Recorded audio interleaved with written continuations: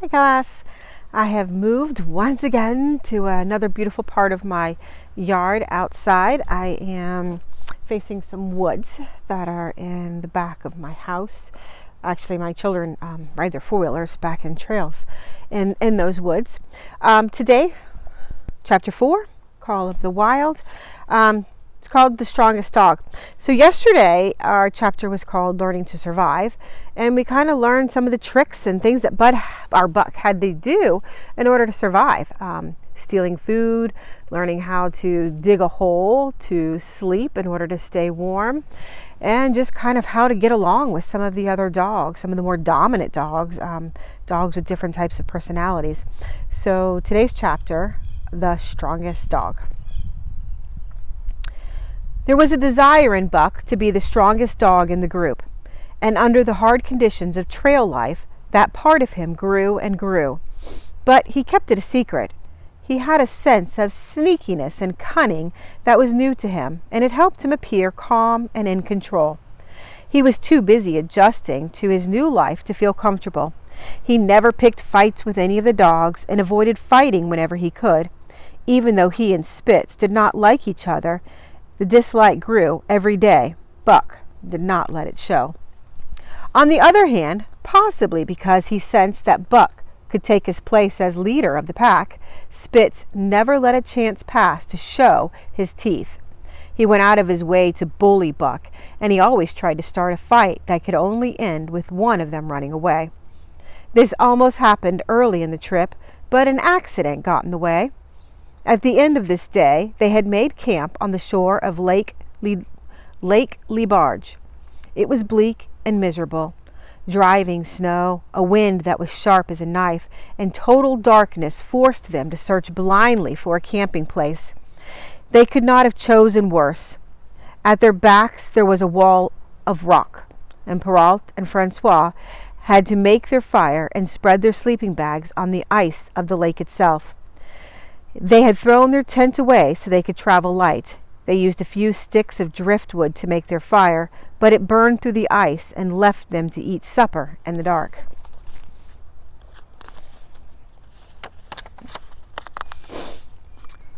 Close to the wall of rock, Buck had dug his hole in the snow. He was so snug and warm in it that he did not want to leave when Francois gave out the fish, after thawing it over the fire. When Buck finished eating and returned to his hole, he found another dog in it. A warning snarl told him it was Spitz. Until then, Buck had avoided trouble with his enemy, but this was too much. The beast in him roared. He sprang on Spitz with a fury that surprised them both. Spitz was especially surprised because his whole experience with Buck had told him that Buck was usually a timid and quiet dog who managed to hold his own with the other dogs only because of his great weight and size. Francois was surprised too when they rolled out a tangle of the sleeping hole and he guessed why they were fighting. "Ah!" he cried to Buck. "Give it to him, by God! Give it to him, the dirty thief!" Spitz was just as willing to fight. He was crying with anger and eagerness as he circled back and forth. Looking for a moment to jump in, Buck was also eager, but just as careful as he circled back and forth. It was then that something unexpected happened that made them wait another time to fight. Perrault yelled, and there was a sound of barking. The camp was suddenly alive with other animals.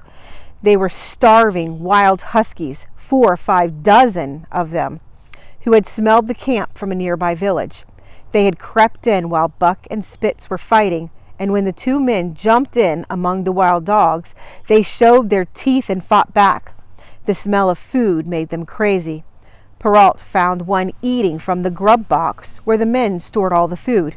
He chased that one away, but the grub box was knocked over, and right away more of the wild dogs were scrambling for the bread and the bacon. They yelped and howled as the men tried to scare them away. In the meantime, the astonished sled dogs had burst out of their sleeping holes only to be jumped on by the fierce invaders. Buck had never seen such dogs. They were so skinny, it seemed as though he could see their skeletons through their skin. Their eyes were blazing and they showed their teeth. Their hunger made them very scary, and it was impossible to fight them off. The sled dogs were pushed back against the cliff during the first attack. 3 huskies tried to fight with Buck. The sound was very frightening. Billy was crying. Dave and So Leeks were fighting bravely side by side. Joe was barking like a monster. Pike was running around from dog to dog. The fight was making Buck crazy and excited. It made him fierce. He chased away one dog, then felt another next to him. It was Spitz, unfairly attacking him again from the other side. Perrault and Francois chased away the wild dogs from their part of the camp and then hurried to help the sled dogs. The starving dogs moved away, and Buck shook himself free. But it was only for a moment. The 2 men had to run back to save the grub where the wild dogs had run. When the men chased them away, the huskies returned to attack the team. Billy, terrified into bravery, sprang through the savage circle of wild dogs and ran away over the ice. Pike and Dub followed, with the rest of the team behind them, as Buck got ready to spring after them. Out of the corner of his eyes, he saw Spitz rush at him, trying to knock him over. He managed to get out of the way and join the other sled dogs running across the frozen lake. Later, the 9 sled dogs gathered together and looked for shelter in the forest. They were not being chased anymore, but they felt very bad. They were all tired and hurt from the fight.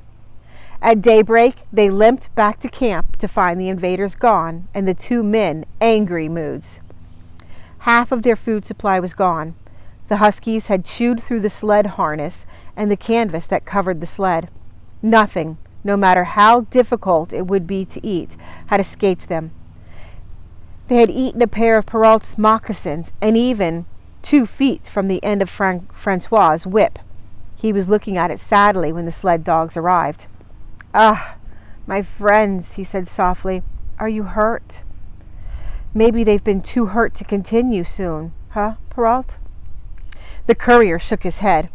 With 400 miles of trail still between them and Dawson, he could not afford to wait. 2 hours of angry words and hard work got the harnesses into shape, and the wounded team was underway, struggling painfully over the hardest part of the trail. They had never been on such a difficult trail, the hardest part of the trip to Dawson. The 30-mile river was wide open. Its wild water would not freeze, and it was only the shallow parts at the edges and in the quiet places where the ice held at all. The team needed 6 days of exhausting work to cover those terrible 30 miles. Every step was dangerous to the dogs and men. A dozen times, Perrault, leading the way on foot, broke through the ice. He was saved each time by a long pole he carried, which he held, so it would fall across a hole made by his body. But the weather was getting colder and colder, and each time he broke through the ice, he had to build a fire to dry himself, or else he would freeze to death.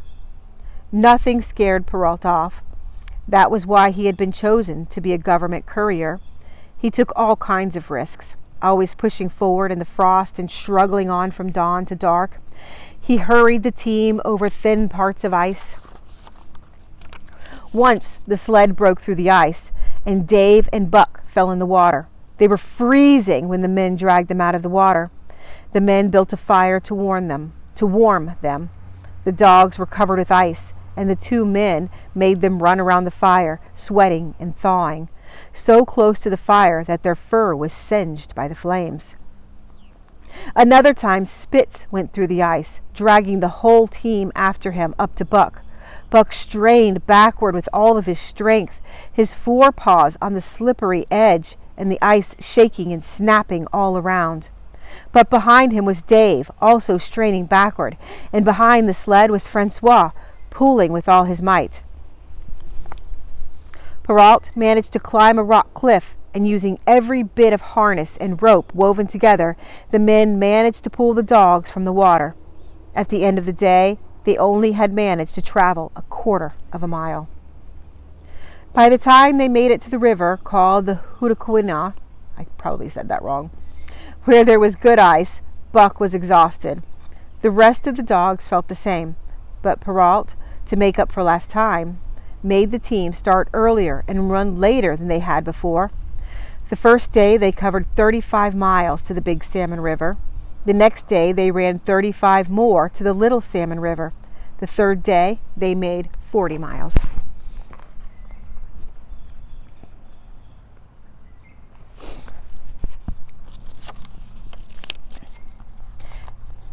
This brought them to a place close called Five Fingers. Buck's feet were not as hard as the other dogs' feet. His were soft from his easy life at Judd Miller's place. All day now he limped, and once camp was made, he lay down like he was asleep. Hungry as he was, he could not move to get his ration of fish, which Francois had to bring to him. Francois also rubbed Buck's feet for half an hour each night after supper, and cut off the tops of his own moccasins to make 4 small moccasins for Buck. These were a great relief.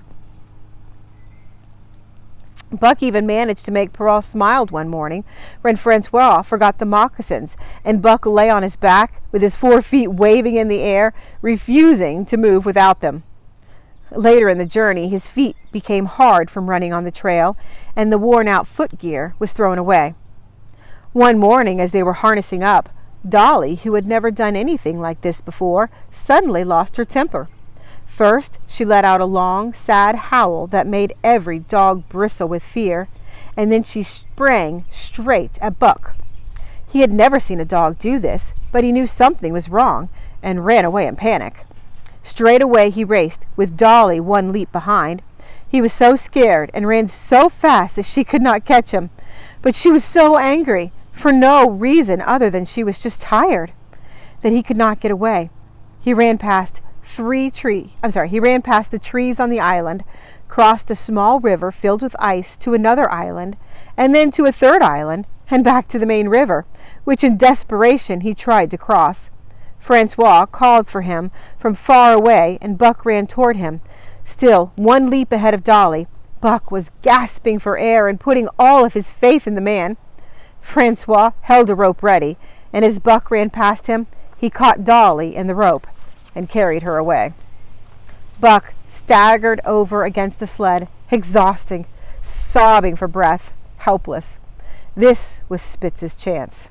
He sprang upon Buck, trying to knock him over and bite him, and then Francois had to pull Spitz away. "One mean dog, that Spitz," Perrault said. "Someday he's going to get Buck." "That Buck, he's twice as mean," Francois said. "I've been watching him. I know for sure someday he's going to get mad, and then he'll chew up that Spitz and spit him out all over the snow." And that's the end of chapter 4. So, sounds like the dogs are getting irritable. They're falling through the ice. Pretty miserable. They also got attacked by a pack of wild huskies, 4 dozen of them. It's a lot of dogs. Pretty scary. So tempers are high. The dogs are starving. They're cold. They're miserable. And things are not looking good for our dog sledding team. All right. Have a great rest of your day.